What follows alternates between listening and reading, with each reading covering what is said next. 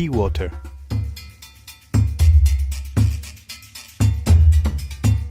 Episode 3. The Innovation.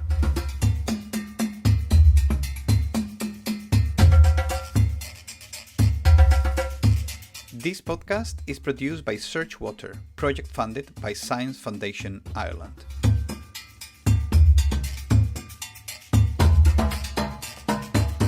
Welcome back to Be Water. In our last episode, we looked at the market for SODIS technology and the main challenges of implementing it in countries like Malawi.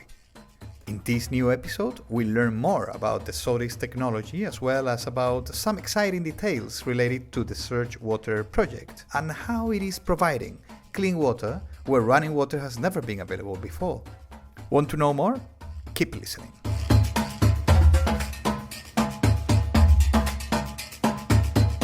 So far, we have already learned how SODIS works, what is the science behind it, and how SURG-Water uses this technology. What else is there to explore? I thought that all my research had been done and that I had nothing new to tell you in this podcast. After just 2 episodes, disaster! But then, I had some further meetings that had taught me many things I didn't know. Until now. Let me tell you all about it.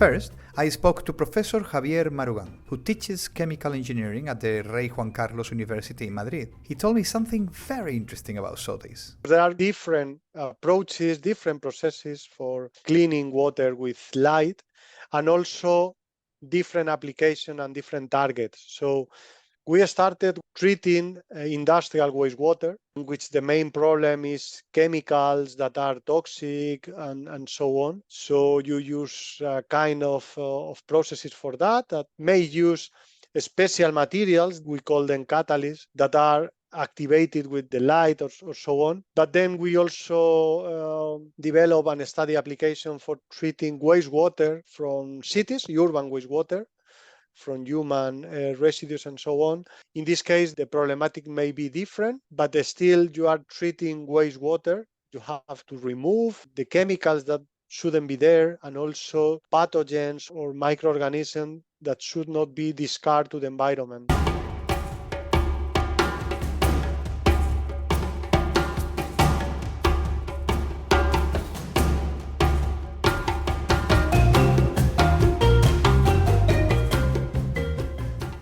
SODIS used to purify industrial and urban wastewater. That's great! Imagine the possibilities and impact on cities if this type of technology was used to clean water that would otherwise be wasted.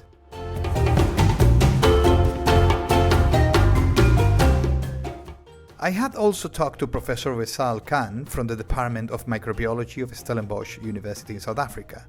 Her research in the lab has 2 main focuses. One is rainwater treatment and innovation in water quality monitoring, and the other is bioprospecting for novel biosurfactant-producing bacteria and biosurfactants. Bioprospecting... Oh, I was at loss again. So I asked her what these terms meant. Over the years, overexposure, misuse of antibiotics, the microorganisms have built up resistance. So the antibiotics are no longer effective in treating them or destroying them or controlling your infections. So the whole world is looking for alternative antimicrobials, something else than an antibiotic. And that is what a biosurfactant actually offers you. It's a different type of an antimicrobial drug. People all over the world are either using different parts of a protein, they're using viruses to treat infections, they're using predatory bacteria to treat infections, and then this class is called biosurfactants. So it's a class of drug used to treat an infection caused by a microorganism. We need to find something else to fight bacteria because we are becoming immune to antibiotics. Makes sense. But I know that Professor Khan works mostly on issues related to Sustainable Development Goal 6, which is about ensuring access to water and sanitation for all. So how does all this bacteria-fighting stuff relate to access to clean water? especially solar water disinfection? With solar disinfection, people have a lot of success in reducing the level of microorganisms. If you come to sub-Saharan Africa or any low to middle income country, we have piped water, but a large percentage of our communities are using unpiped water supplies, meaning it's either rainwater that hasn't been treated, it's surface water, river water, any water source that hasn't been treated, which is exposed to the environment and can have microorganisms in most cases they do. So what we do is solar disinfection is effective in reducing the level of whatever microorganisms is in there, but my dream is to get rid of everything. So we're trying different approaches to try and get that level below detection level, meaning I can't pick them up with any of the methods that I'm testing after the reactor is implemented. So there's a couple of methods we use. We use called predatory bacteria. Bordetella Vibrio bacteria voris is one of them. And these predatory bacteria are unique in that their primary nutrient source is other bacteria. So that we can work in our favor. We can take them, put them into a little reactor, reduce the level of their food source, which is a microorganism, and whatever is left, we can put through a SODIS reactor. We also use viruses, bacteriophages, to target a lot of waterborne pathogens, bacteria that are in a water source that cause disease. We reduce them with the phages, with the bacteriophages, and then we put them in a reactor. So we're going into multiple steps. It's not one reactor. We're wanting to bring in multiple stages of treatment in any community that we're going to be working in. Because like I said, the dream is to get a water source that is close to what comes out of your tap. And we're starting with an environmental water source. So without, going through a water treatment plant, which all of us have for our piped water, that is the dream. We'll see if we get there, but we're trying our best. The enemies of your enemies are your friends. That is exactly what it is. We use them as cheap labor. They don't complain and we keep on applying them.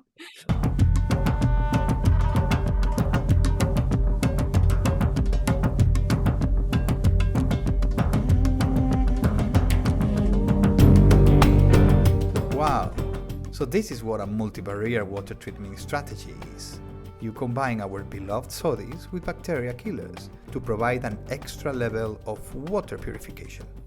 I don't know about you, but that really blew my mind.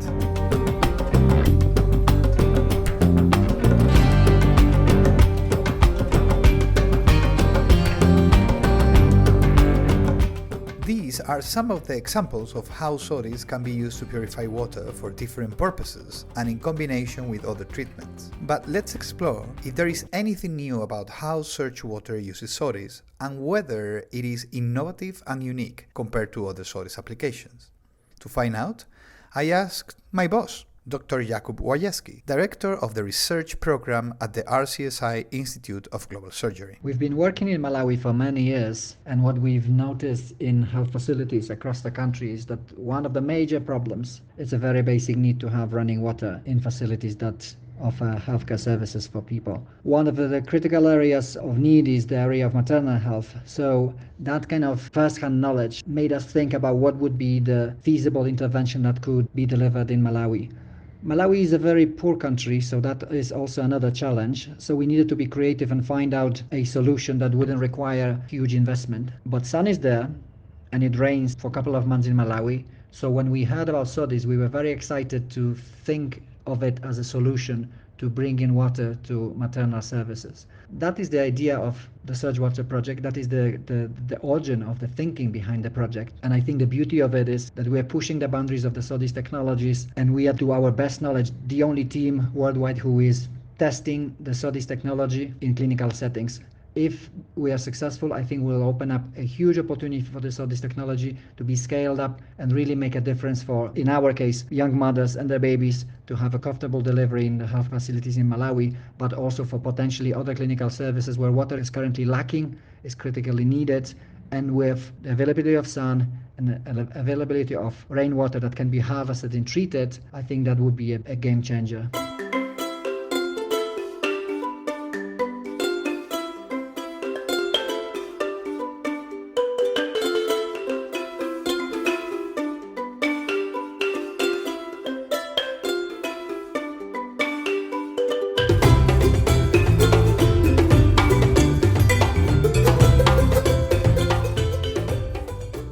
If a project like SURG-Water shows that purifying water with the light of the sun is enough to help health centers access clean water for their daily tasks, don't you think that the SODIS technology could grow rapidly in countries where the need is great enough?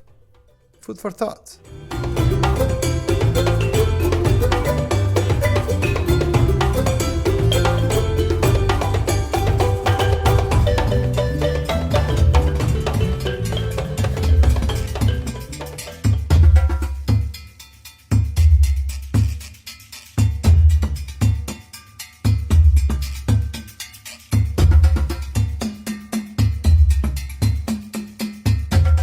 In the next episodes, we will focus on the most human aspect of SURG-Water. Why is it needed? Who are the people who can benefit most from the intervention that SURG-Water has developed? What impact can it have on communities? I will be traveling to Malawi to ask these questions so that I can tell you all about it. Until then, be patient, be water.